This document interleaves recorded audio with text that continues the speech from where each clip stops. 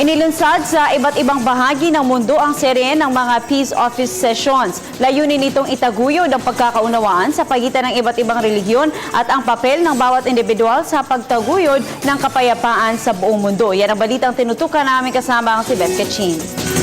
Bilang pagpapatuloy sa nasimula ng World Alliance of Religions Peace Summit na inorganisa ng HWPL sa South Korea noong nakaraang taon, ginanap ang isang interfaith dialogue o ang pagbubukas ng WARP office sessions sa iba't ibang bansa tulad ng Tijuana, Mexico, New York City, USA, Essen sa Ruhr, Germany at maging dito sa Pilipinas.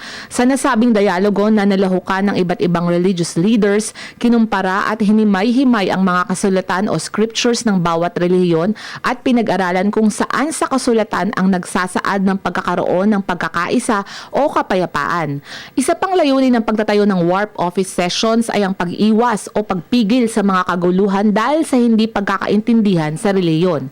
Sa Mexico, tinalakay ang kahalagahan at ambag ng kabataan para sa pagkakaroon ng kapayapaan. Aktibo ring nakilahok ang mga kabataang Pinoy sa peace dialogue na ginanap sa bansa, kung saan ang ilan sa kanila ay biktima ng digmaan. Kinalugdan naman ng mga dumalo sa Essen sa Ruhr, Germany ang pagkakaroon ng peace sessions. Sa New York City naman ay marubdob na inaral ang mga kasulatan at nagkaroon ng diskusyon sa kung paano makakamit ang kapayapaan.